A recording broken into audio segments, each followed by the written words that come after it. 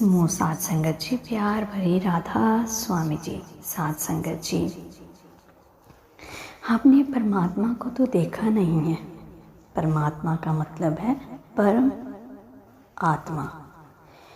परमात्मा सबसे प्यारी आत्मा, वो आत्मा जिसको देख के हमारी आत्मा खुश हो जाए, जिसको देखते ही हमारी आँखों से आंसू की धारा बह जाती है, जिसको देखकर इतना सुकून मिलता है कि मन हल्का हो जाता है, जिसको देखकर लगता है कि बस देखते रहो। साध संगत जी, परमात्मा को तो हमने देखा नहीं, पर बाबा जी कहते हैं कि अगर परमात्मा को देखना है तो सबसे पहले सतगुरु का हाथ पकड़ो।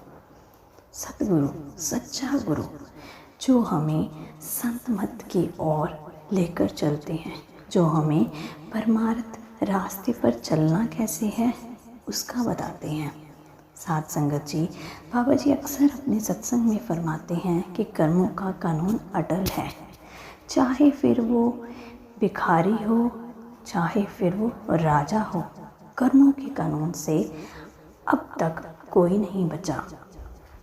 साध संगत जी, इस जन्म में जो भी हमें सुख दुख, औलाद, पति, रिश्ते नाते, जो भी इस जन्म में हमें मिले हैं, वो हमारा पुराना हिसाब किताब है। साध संगत जी, बाबा जी ये भी कहते हैं हमें पुराने कर्म कैसे किए हैं हमें नहीं पता, पर हमें प्रेजेंट में जीना चाहिए। हमें इस बात का बोझ नहीं लेना चाहिए कि मुझे तो बस दुख ही दुख मिले हैं। साध संगत जी, बाबा जी कहते हैं कि वो रूह बहुत सौभाग्यशाली है जो दुखी है, क्योंकि दुख में ही हम परमात्मा को याद करते हैं। साध संगत जी, बाबा जी कहते हैं कि जब हम सतगुरु से मिल लेते हैं तो समझ लो कि हमने परमात्मा से मिल लिया।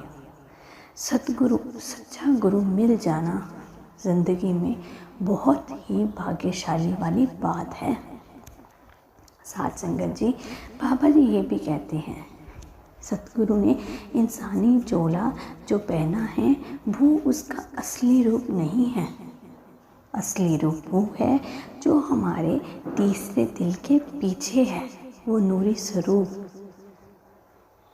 जो हमें अंतिम समय लेने आएगा, और वो जोत सबके अंदर है।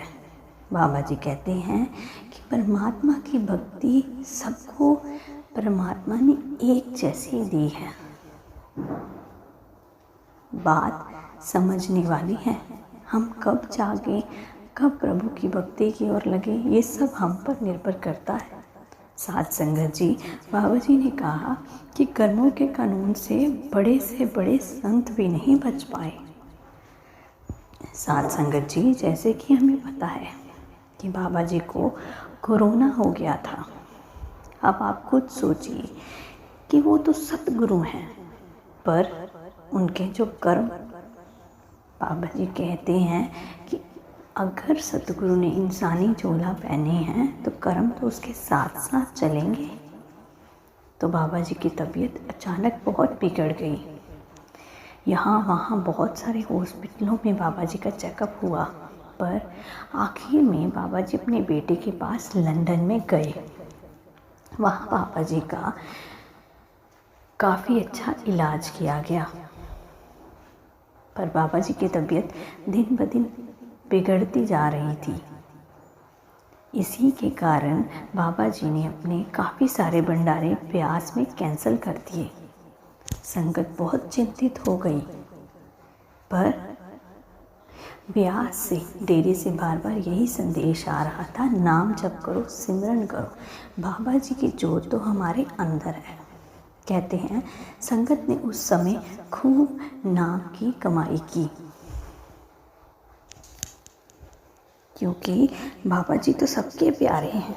बाबा जी ने जो हमारी जैसी रूहों का बोझ उठाया हुआ है, वो बोझ बाबा जी को तो चुकाना ही पड़ेगा।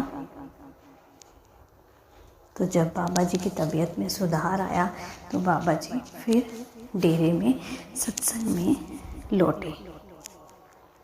और बाबा जी ने कहा कि हर परिस्थिति में मालिक की रज़ा में रहते हैं।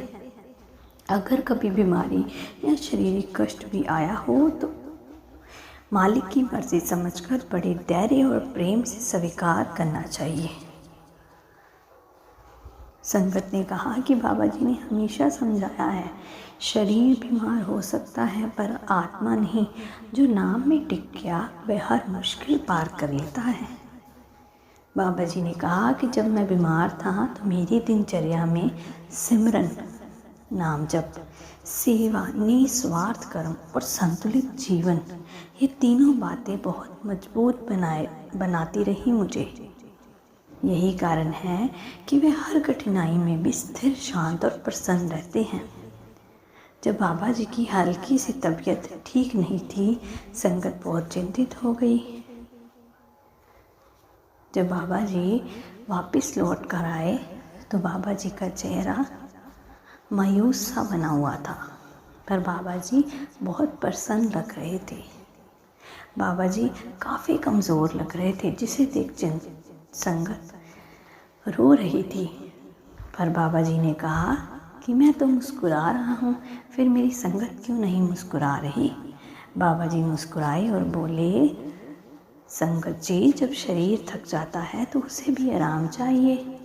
मैं तो रोज़ ही आपके बीच में रहता हूँ, तो मुझे भी तो आराम चाहिए ना। मैं तो सिर्फ बस थोड़ा सा आराम करने का गया था। संगत ये बात सुनकर रोने लगी, खुशी के आंसू बहने लगे। बाबा जी ने कहा, जो नाम से जुड़ा है उसे कोई बीमारी नहीं छू सकती। कुछ दिनों में वो पहले जैसे सेवामय जीवन में लौट आए। बाबा जी ने कहा, सच्चा साधक बीमारी से नहीं डरता, बल्कि उसे भी मालिक की रहमत समझता है। तो बाबा जी का चेहरा थोड़ा थका हुआ लग रहा था। किसी सेवादार ने कहा कि लगता है बाबा जी की तबीयत ठीक नहीं है। बाबा जी हमेशा की तरह अपनी स्टेज पर आए और मुस्कुराए और बोले, शरीर भी मालिक की बनाई हुई मिट्टी है, कभी थक जाता है, कभी ठीक हो जाता है, पर आत्मा को कोई छू नहीं सकता। संगत चुपचाप सुनती रही। फिर एक बुजुर्ग सेवादार ने पूछा, बाबा जी अगर बीमारी आ जाए तो क्या करें। बाबा जी ने बहुत प्रेम से कहा, बीमारी आए तो उसका इलाज करो, लेकिन मन में डर मत आने दो। डर से बीमारी बढ़ती है, सिमरन से मिटती है। जो नाम से जुड़ा रहता है उससे बीमारी भी झुककर सलाम करती है। कुछ दिन बाबा जी आराम करते रहे और संगत रोज़ उनके लिए सिमरन करती रही। धीरे धीरे वे पहले जैसे स्वस्थ हो गए। जब बाबा जी फिर से स्टेज पर आए तो हंसते हुए बोले, देखो सिमरन में कितनी ताकत है। मालिक की दवा सबसे बड़ी दवा है। तो संगत ने भी बाबा जी से यही सीख ली कि बीमारी शरीर की होती है, आत्मा की नहीं। अगर मन सिमरन में जुड़ा हो तो कोई भी कष्ट हमें डिगा नहीं सकता। साथ संगत जी, कुछ महीने बीते, बाबा जी फिर से बीमार हो गए। बाबा जी को फिर से हॉस्पिटल लेकर जाना पड़ा, पर इस बार कुछ ऐसा चमत्कार हुआ जिसे सुन संगत चौंक गई। बाबा जी की डाइट चार्ट अब सेंटर से डॉक्टर्स ने जो बनाया वो सब प्रसाद सेंटर से बनकर गया, क्योंकि बाबा जी की यही मर्जी थी। बाबा जी ने कहा कि मैं अपने सतगुरु के लंगर को ही डाइट के रूप में लूँगा। तो वैसे ही हुआ। सेंटर में बाबा जी के लिए हल्की सी दाल खिचड़ी बनाई गई, दाल भी बनाई गई जैसा डॉक्टर्स ने कहा था। अगली सुबह जब बाबा जी का प्रसाद बनकर गया और बाबा जी को दिया गया, बाबा जी झट से उठकर बेड से खड़े हो गए। जब डॉक्टर्स चेक करने आए तो सभी रिपोर्ट बिल्कुल 100% ठीक आ गई, जिसे देख डॉक्टर्स भी हैरान हो गए। बाबा जी ने डॉक्टर्स को भी यही कहा कि मेरे सतगुरु के प्रसाद में इतनी शक्ति है कि वे बड़े से बड़ा दुख 1 मिनट में छूमंतर कर सकती है। मुझे दवाई की ज़रूरत नहीं, मेरी संगत की दुआएं ही बहुत हैं। तो साथ संगत जी, बाबा जी को डिस्चार्ज किया गया बड़ी खुशी खुशी से। डॉक्टर्स भी बहुत खुश हुए। बाबा जी ने ये सारी बातें अपनी संगत को बताई और संगत भी खुश हो गई। अब भी बाबा जी की तबीयत कुछ नाजुक रहती है, इसलिए बाबा जी ने हजूर जी को गुरगद्दी सौंप दी है। बाबा जी भी आते हैं संगत को हंसाने, सत्संग फरमाने।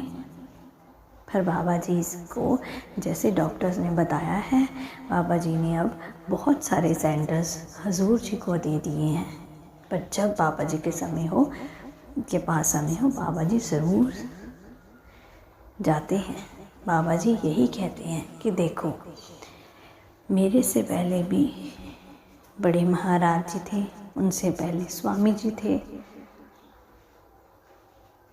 तो इंसानी जामे को तो एक ना एक दिन छोड़कर जाना ही पड़ता है।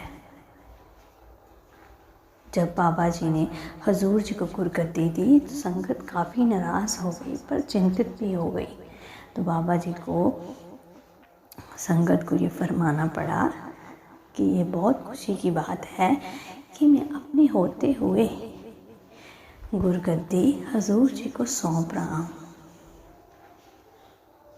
मैं आपसे यही विनती करता हूँ कि जो भी नाम कमाई आपको दी है, आप जल्द से जल्द अंदर से नूरी स्वरूप